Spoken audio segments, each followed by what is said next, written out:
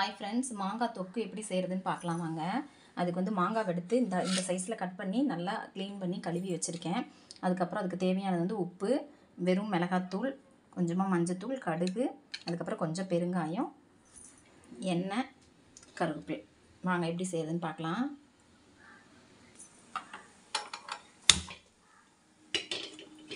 அடுப்பில் கடாயை வச்சாச்சு. எண்ணெய் ஊற்றிக்கலாம்.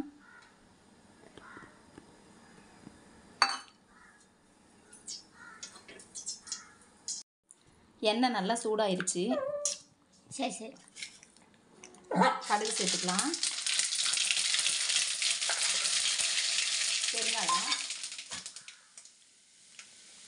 கருவேப்பிலை, மாங்காய் சேர்த்துக்கலாம்.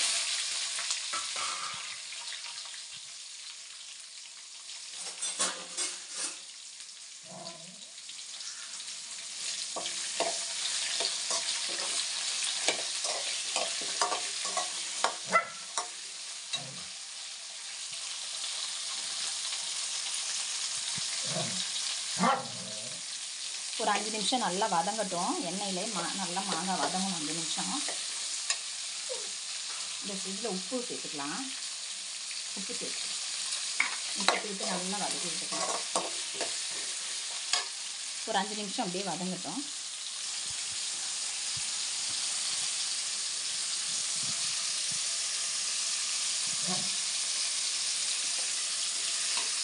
மாங்காய் நல்லா வதங்கிருச்சு.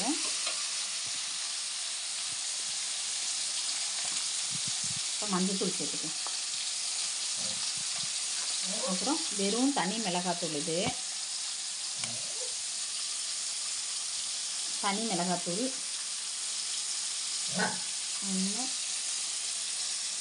2 ஸ்பூன் தனி மிளகாத்தூள் சேர்த்துக்கிறோம். சேர்த்துட்டு நல்லா கிண்டி விடலாம்.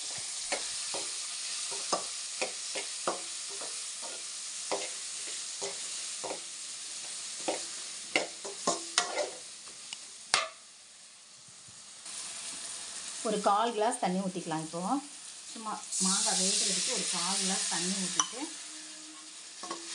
நல்லா கலந்து விட்டுட்டு மூடி போட்டு சிம்மில் வச்சிடலாம். அடுப்பை குறைச்சிட்டேன், சிம்மில் தான் வச்சுருக்கேன். சிம்மிலே அது வந்து இன்னொரு 5 நிமிஷம் வெந்ததுன்னா மாங்காய் தொக்கு சூப்பராக ரெடி ஆகிடும். தொக்கு ரெடி ஆகிடுச்சு பாருங்கள். மாங்காய் நல்லா வெந்துருச்சு. வெந்து இந்த மாதிரி தொக்கு பதத்தில் நல்லா வந்துடும். இதை வந்து சுடு சாதத்தில் போட்டு பிசைஞ்சு சாப்பிட்டா செம்ம டேஸ்ட்டாக இருக்கும்.